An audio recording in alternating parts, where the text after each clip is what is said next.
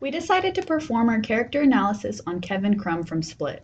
Kevin is a mentally ill man who has 23 different personalities. These personalities range from Hedwig, an 8-year-old boy, to Patricia, a grown woman, and Kevin switches between them instantly.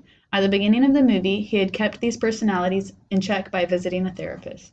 However, everything changes when he kidnaps 3 teenage girls. None of Kevin's personalities are aggressive, and he doesn't harm the girls at first. However, a new personality emerges, the Beast, which transforms Kevin into a raging superhuman monster who tries to kill the girls. These girls must escape captivity before the Beast fully emerges. The movie takes place in modern-day America.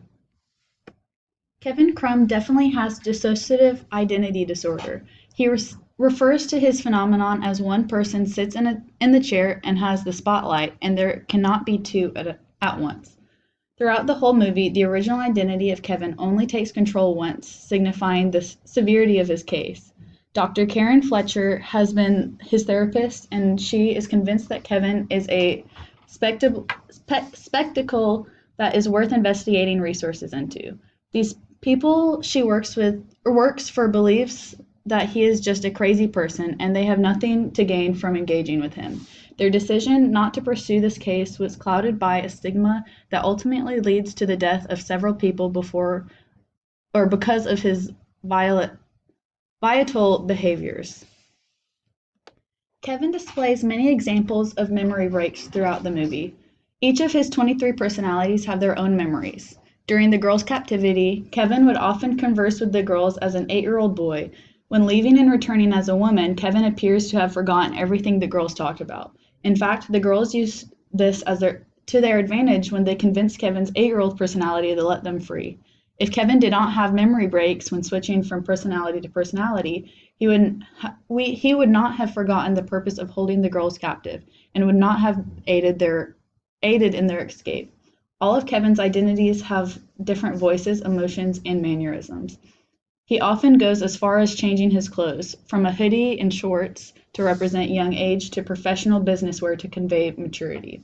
Kevin does not really display an inability to recall important personal information.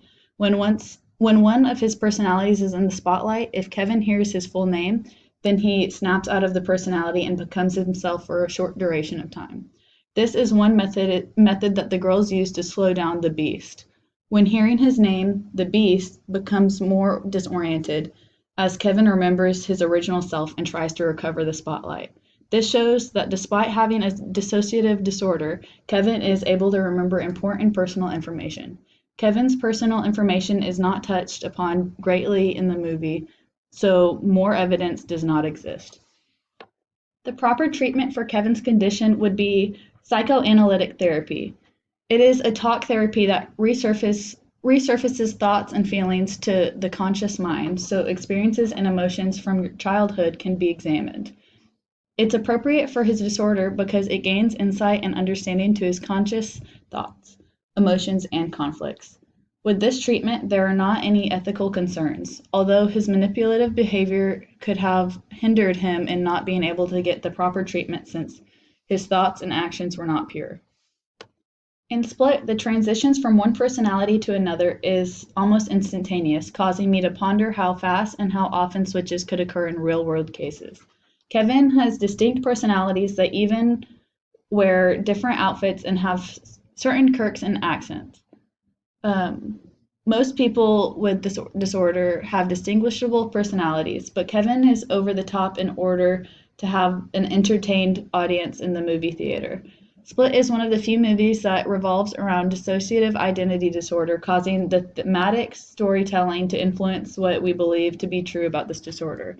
Sci-fi elements such as super strength and ability to climb walls can be misleading people to think that is possible with a disorder like this.